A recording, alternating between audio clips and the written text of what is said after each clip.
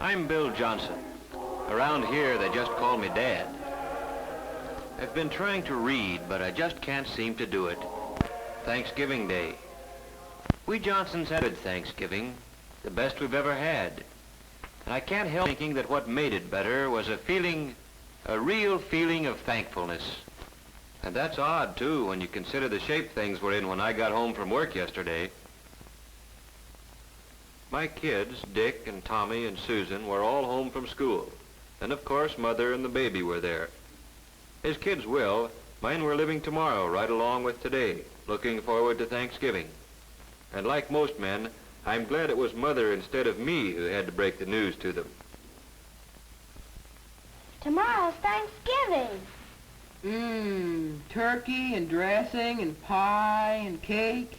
And fruit salad and whipped cream and cranberries. Gee, I can hardly wait. Me too.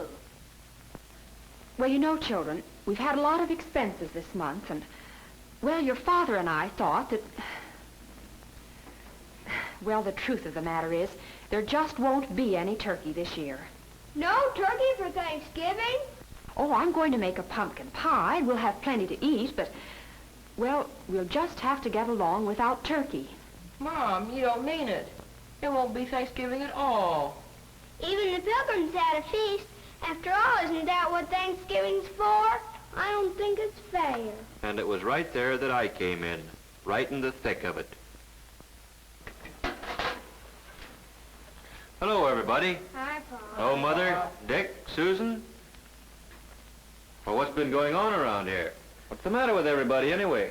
Mom says we're not going to have any Thanksgiving. No turkey, no good thing. A fat lot we're gonna have to be thankful for. Oh, I don't think you kids really mean that.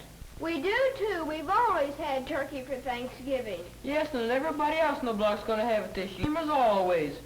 Yes, we've always had turkey, just as a lot of Americans have had it, and we'll keep on having it.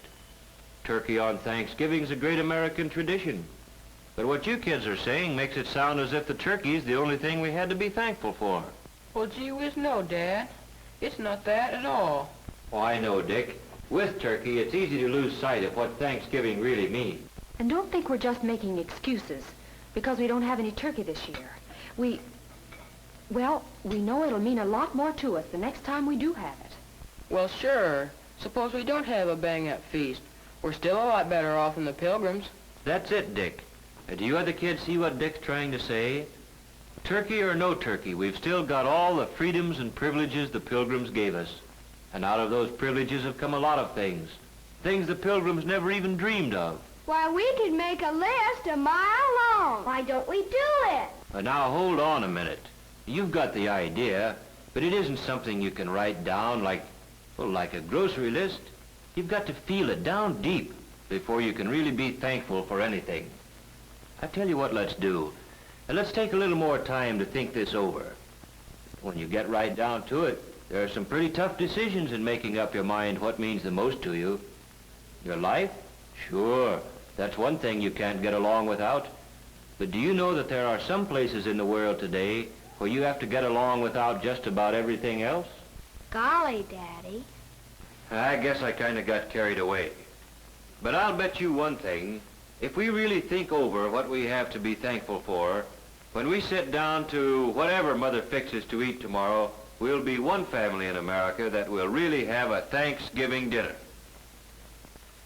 Well, that's how it got started. The Johnsons didn't have any turkey. And the kids, no, I mean everybody, likes to make something special out of a special day. So we fell back on something as old as the Pilgrims, toting up the common, ordinary blessings that we had to be thankful for. That night, I'd see Dick there building his model airplane, and Susan just playing. Only they weren't just playing. They were mulling things over, thinking big thoughts for such young heads. And as for Mother and Tom and baby Janet, and yes, me too, it was as if we had our eyes open for the first time, seeing all the things there were to appreciate in just any ordinary day in America. When Thanksgiving Day got here, we took our places around the table and we were ready. And then, well, we all knew it.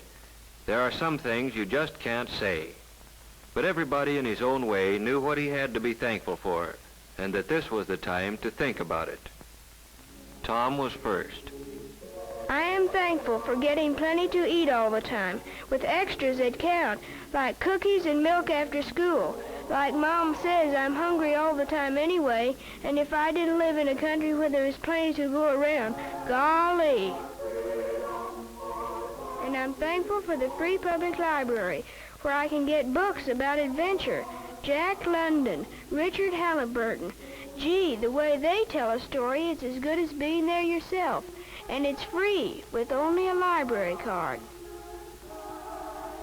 Yes, Tommy thought about some of the things he ought to be glad for all the time. And somehow turkey and trimmings seemed to matter a whole lot less than he thought they did yesterday. Well, then it was Susan's turn. Susan's a happy-go-lucky kid.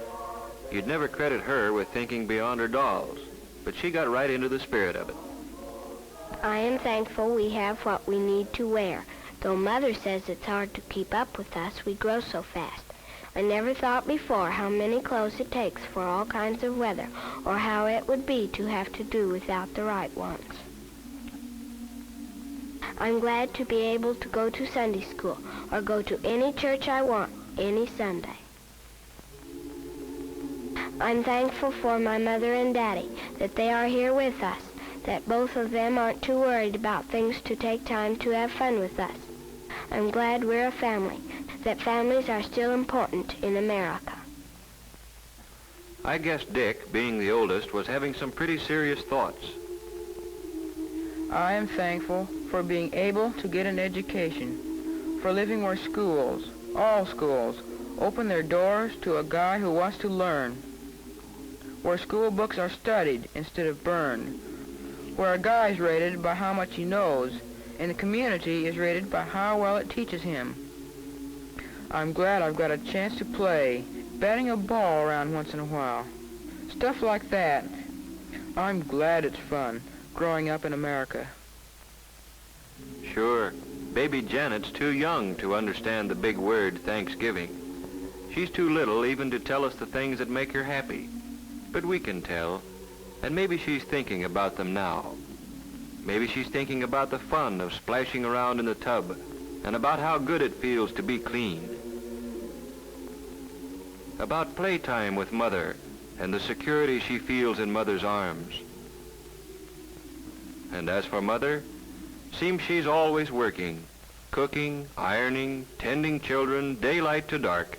What does she have to be thankful for? I am thankful that my children had the privilege of being born safely and of growing up healthy and strong. I'm thankful that I have the privilege of guiding them as they become useful men and women. And I'm thankful for all the things our American system makes possible for the Smiths and the Browns and the Johnsons. For washing machines, hot water out of a tap, and a telephone to call the doctor when one of the family is sick. A car to get Dad to work. Yes, I'm thankful for all the things free people working together can produce. I'm thankful that when my neighbor drops in to borrow a cup of flour, we've got the right to talk about anything we want to. The parent-teacher project, the new mayor, or Jane Jones' hat. And last of all, I'm truly thankful for the peace of mind that Dad's job brings, for knowing that even though there are lots of luxuries we can't afford, there still will always be enough to go around for the things we have to have. I'm glad Dad doesn't work slave hours, that there are evenings and Sundays and vacations when we can all be together. That's Mother for you, grateful for what America means to her family. And now for me. I've got so many things to be thankful for. I'm thankful for this house. It may need a coat of paint, it has a mortgage, but it's ours, a place where we can be together in privacy. And I'm thankful for the thing that makes this house our home, the happiness here. not just today or on Christmas morning, but on a day-to-day basis all through the year. For knowing that a knock on our door means nothing to fear. A friend calling, or maybe a bill collector, or a kid selling magazines. You never know what to expect. But you can count on one thing. It's not going to be some political gangster coming to drag one of us off to jail because we believe in freedom. And I'm glad that that freedom we've got lets me choose the kind of work I like and can do best. Taking a sluggish motor and making it hum again. Makes me feel that somebody got to his work, or wherever he had to go, just because of me. And feeling like that gives me a lot of satisfaction. And I'm thankful for my newspaper. Just a few cents worth of printer's ink and paper, but more valuable than any amount of money. Because in it, the editor's got the privilege of printing what he thinks. And I've got the privilege of agreeing with him or not, however the facts strike me. And both of us, the editor and I, have the right to act on our opinions on Election Day, to vote for the principles we believe in.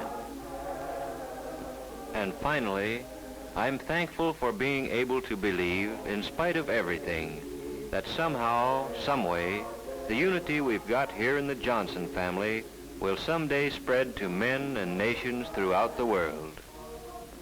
For all these things, we are truly and humbly thankful. Amen.